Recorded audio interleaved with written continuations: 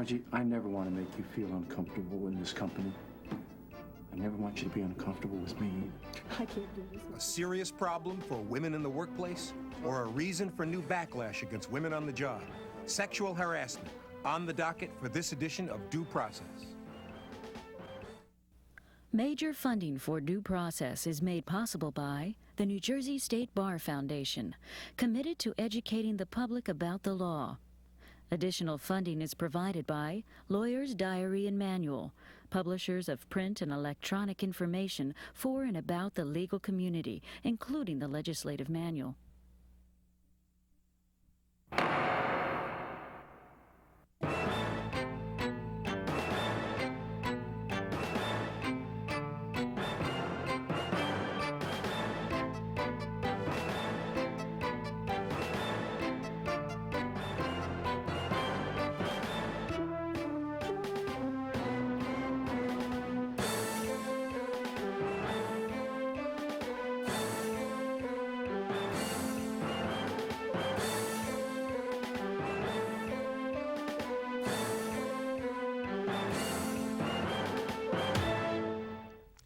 The flirting gone too far, the sexual innuendo, even the quid pro quo sexual coercion. That's what women have been up against since their arrival in the workplace. I'm Ray Brown, and sexual harassment was on our docket for next week. But this week's headlines underscore just how much a part of our legal and political landscape sexual harassment has become. This latest story concerns Assembly Speaker Chuck Hytaian and allegations of unwanted sexual advances involving a female aide. Now, while there hasn't even been a charge filed, while the Speaker denies the allegations, and we, of course, take no position on their merit, this seemed the right time to turn to the question of just what sexual harassment is or is not. And for some help with that, we turn to Sandy King. Ray, that was, in fact, the challenge, and not an easy one with so much gray area around sexual harassment. So we decided to do something a little different, and with the help of some actor friends. What you'll see over this half hour are three very different workplace scenarios. The first is perhaps the most common kind of sexual annoyance on the job. But is it sexual harassment? Well, you decide. Hi, Liz. Oh, hi, Joe. Nice blouse. Thank you. You know, the gang missed you this weekend at the big seminar. I had some personal business to attend to. Were you with that boyfriend of yours? His name is Harold. Harold. So what do you and Harold do this weekend? Spend a little time at the apartment? Well, I really don't think that's any of your business, Joe. Come on, Liz. What does Harold have that I don't have? Well, for one thing, he doesn't annoy the women he works with. Annoy? Why, I like you, Liz. I care. I want to take care of you. Take care of me? Don't forget, I make more money than you do. This isn't about money. It's about caring, Liz. I mean, what about this weekend? Oh, Joe, please don't start with me. Not on a Monday morning, and I have got tons of work to do. See ya. Harold doesn't have to know. Well, not exactly what you'd want to run into on a coffee break on a Monday morning, but would it be illegal? What are the elements that have to be involved for a sexual harassment claim to have a chance? The answers are coming with every new case, every new decision. Their numbers are growing, and all in a relatively short amount of time. The U.S. Supreme Court didn't rule on the matter until 1986, the New Jersey Supreme Court until 1993. So, Ray, we really are talking about a whole new area of the law. Sandy, what it leaves open is the question of how does the average man or the average woman know what's right, what's wrong, what's over the line? That's the question, and one that I hope your guests are going to help us answer. And Sandy, the two women lawyers we'll be looking to for guidance sit on opposite sides of the courtroom. One says sexual harassment suits mean important new protection for women. The other insists they trigger backlash and worse against women.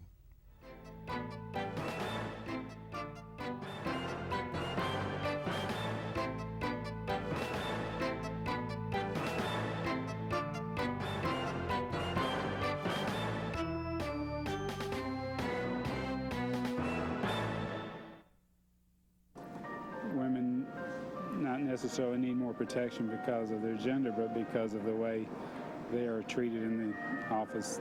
You may be flirtatious in the office and they just may take it the wrong way. We banded together and we had the person removed who was doing the harassment. It's in the press every single day. It's very visible. It's out there. Like everybody jumped on the bandwagon and you don't know what to believe sometimes. It's a difficult issue, and it's one for the courts to decide. And two of the lawyers who are part of that process are Rosemary Alito, who often finds herself defending charges of sexual harassment, and Nancy Erica Smith, who has brought the charges in some of New Jersey's most groundbreaking cases. Nancy Erica Smith, how serious is the problem of sexual harassment? It's very serious. It's very serious. As more women enter the workforce, and some men are very threatened by that, thanks to Anita Hill, those women are starting to stand up and say, we're not going to take it anymore. I think things really changed after the Anita Hill hearings, and women started feeling like we don't have to accept being harassed. We can seek advice from lawyers and courts and remedy the situation.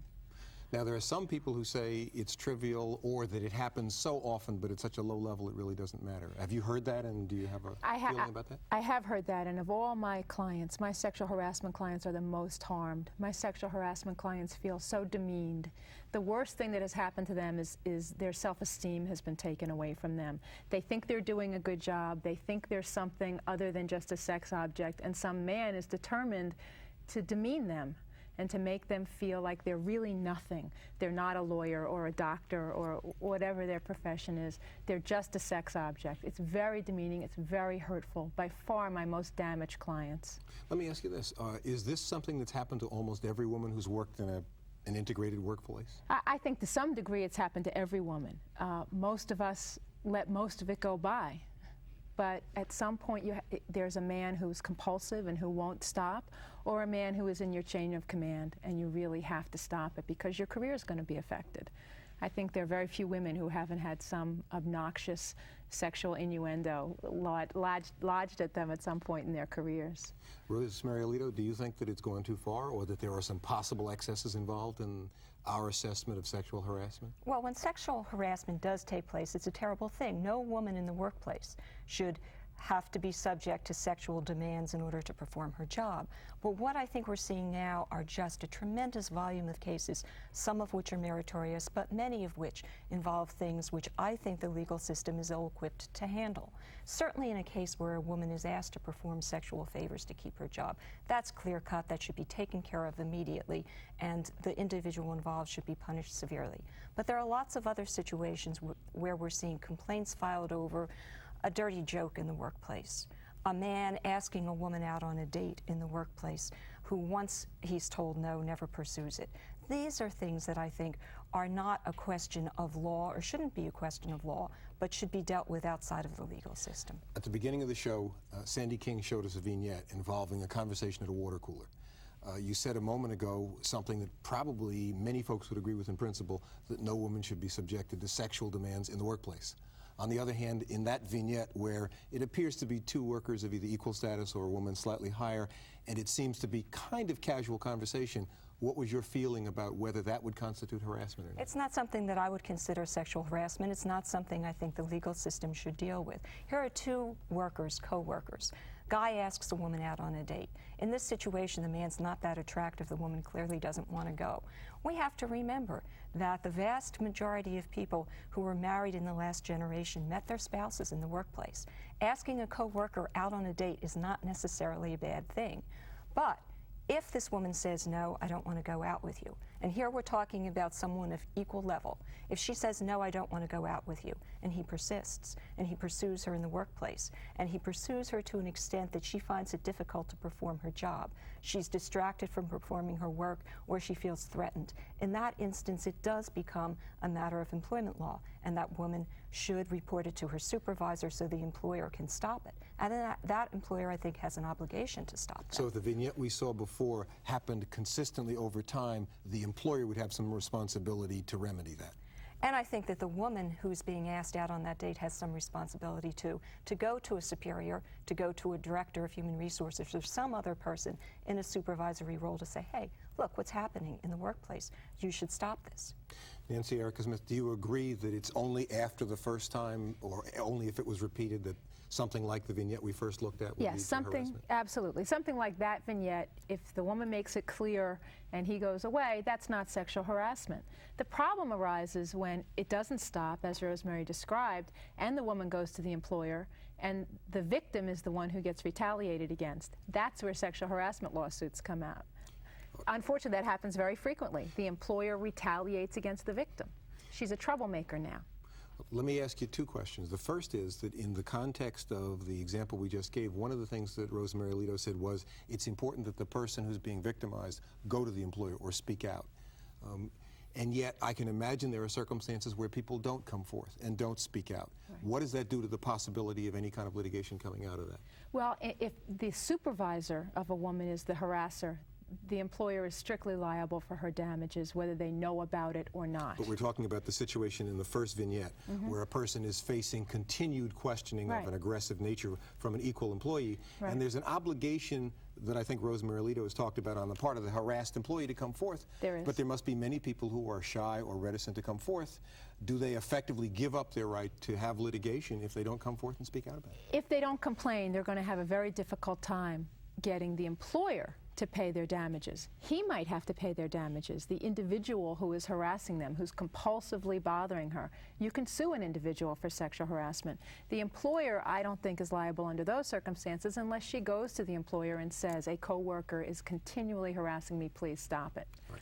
Let me get to talk about a situation involving a relationship between two people where maybe the very first contact might be enough to tell us whether or not there's harassment, and Sandy King is going to show us something that's going to be helpful to examine that situation. Mr. Sherman, you called? Yes, Margie. Sit down next to me. Margie, we still haven't resolved this question. I know. I've been trying to talk to you about it. I know you've been very busy, and my schedule certainly hasn't allowed us very much time together. You know, maybe we should get away from some of these distractions around the office. This weekend, maybe a place out in the country, very secluded and very private. I don't think so, Mr. Sherman.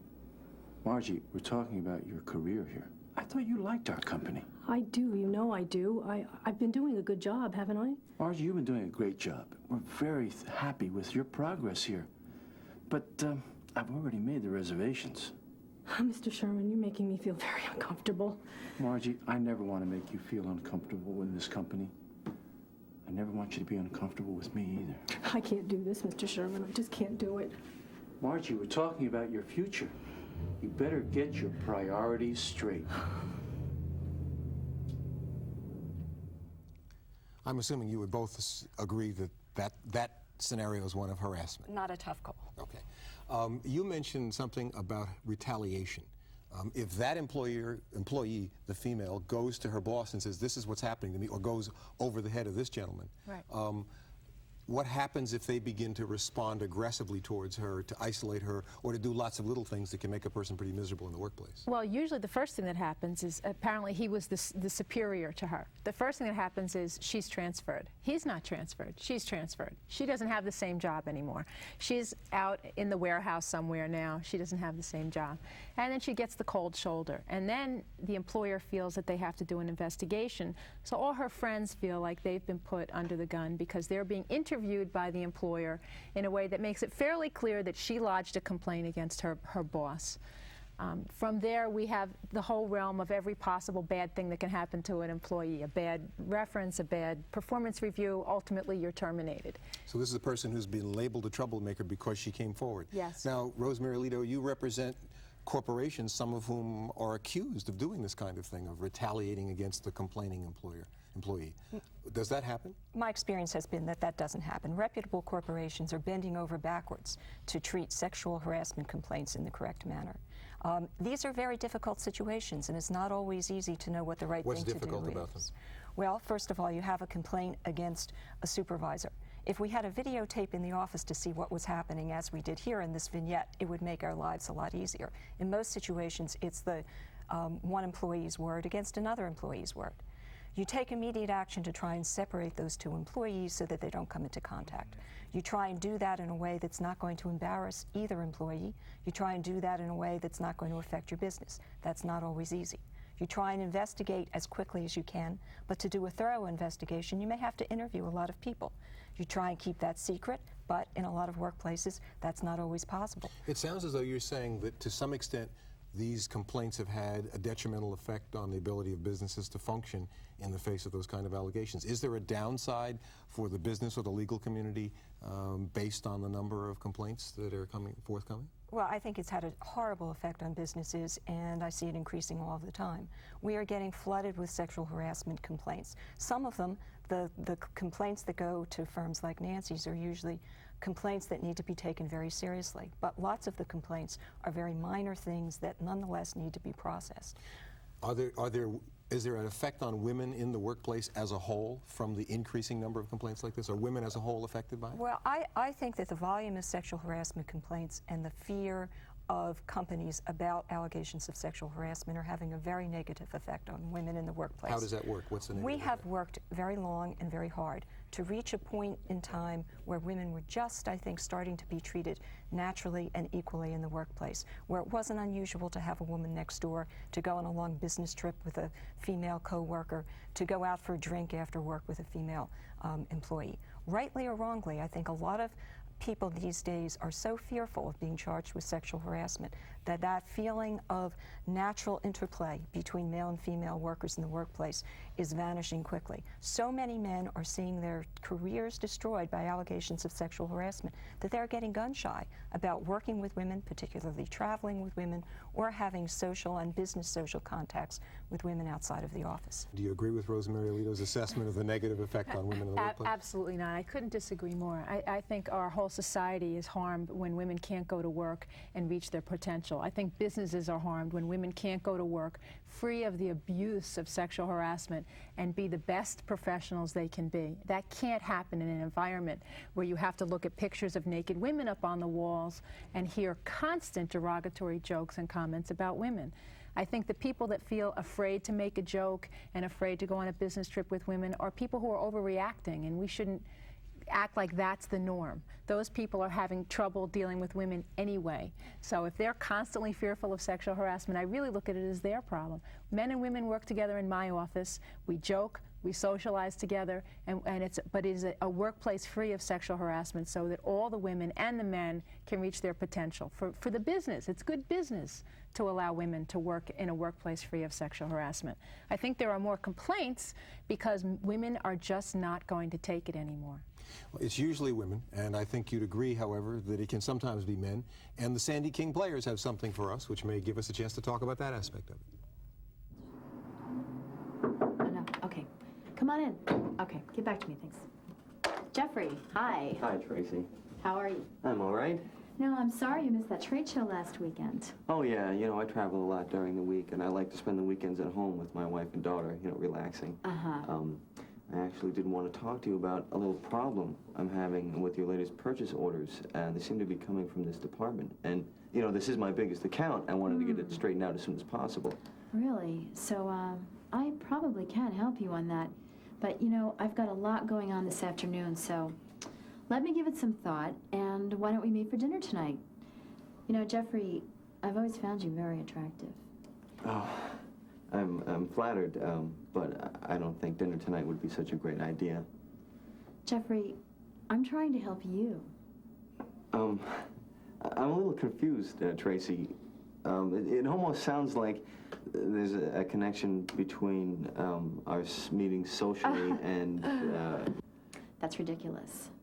I can't even believe that you would say something You're right. like that. You're right. I am terribly sorry. I was way out of line. I never meant to offend you. Okay. All right. No offense taken.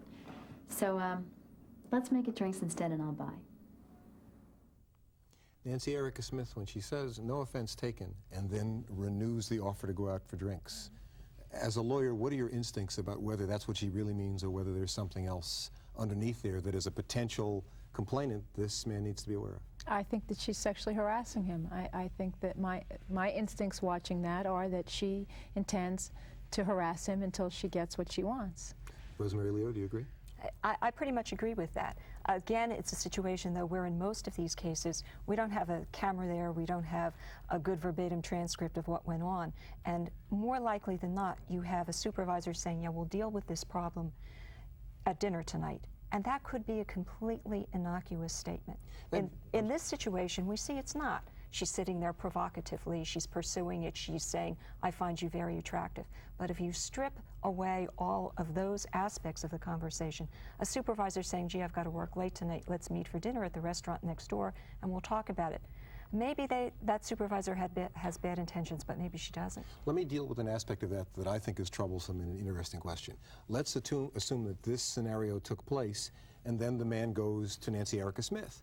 But what he can't do is to carry her inflection. What he can't do is carry the impression it made on him when she sat on the desk and the way she kind of leaned towards him in a provocative way. How does the plaintiff overcome those problems? And I say it to you because you're representing the employer and maybe a supervisor saying, oh, it never happened, they're misinterpreting it. How do you deal with that problem of a lack of proof when it's a one-on-one conversation?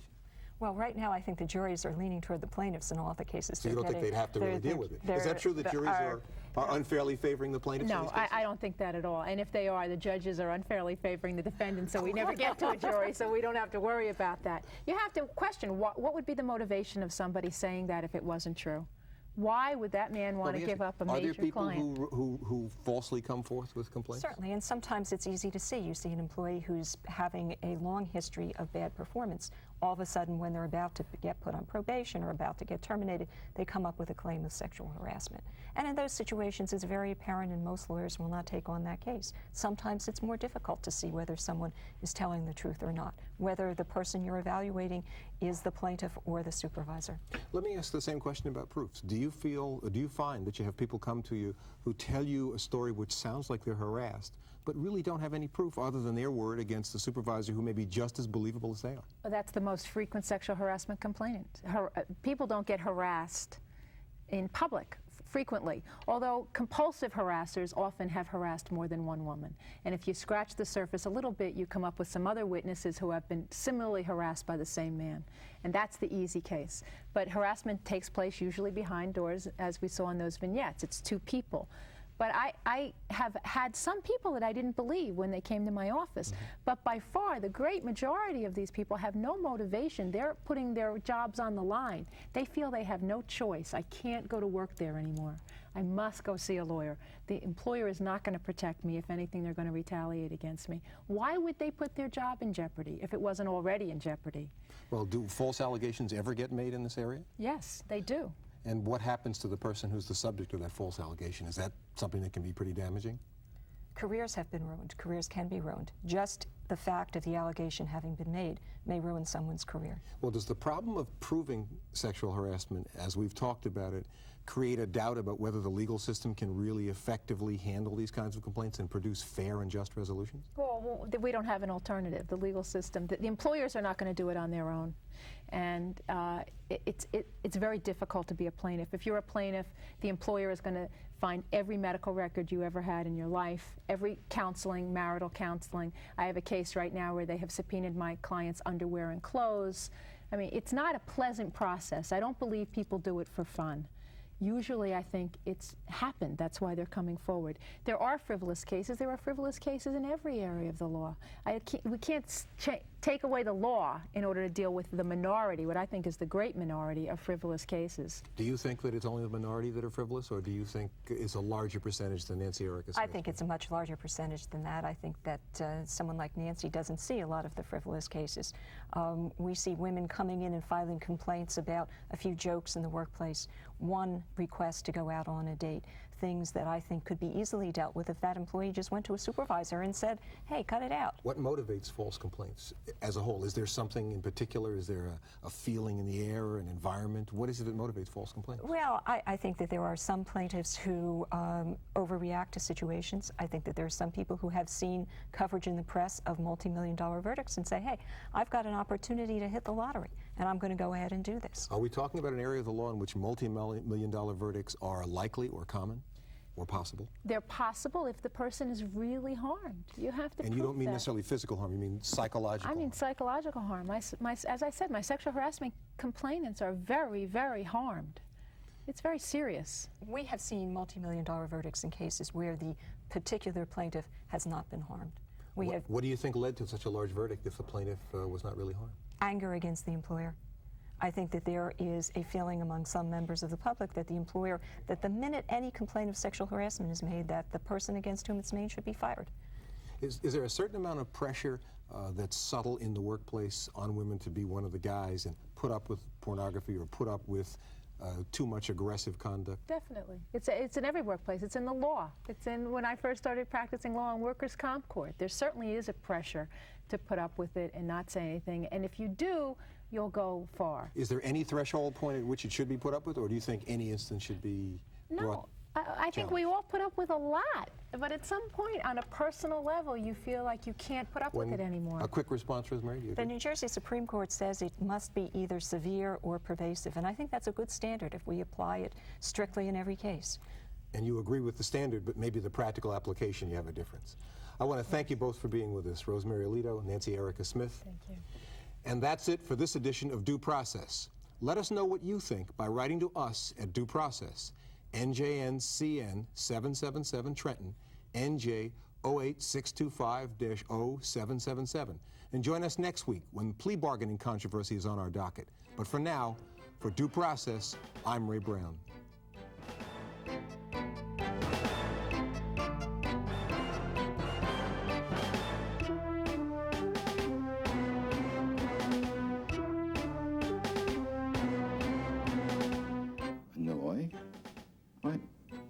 I like you, Liz.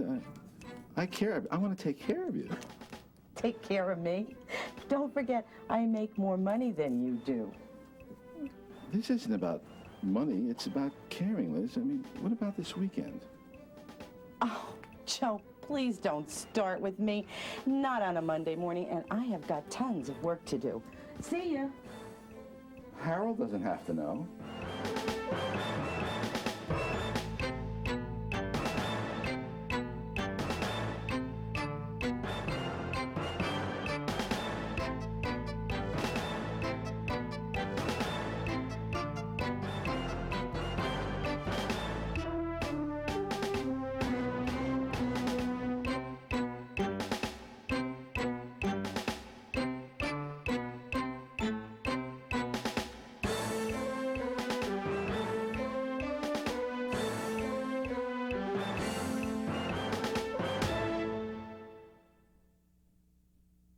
Major funding for Due Process was made possible by the New Jersey State Bar Foundation, committed to educating the public about the law. Additional funding was provided by Lawyer's Diary and Manual, publishers of print and electronic information for and about the legal community, including the legislative manual.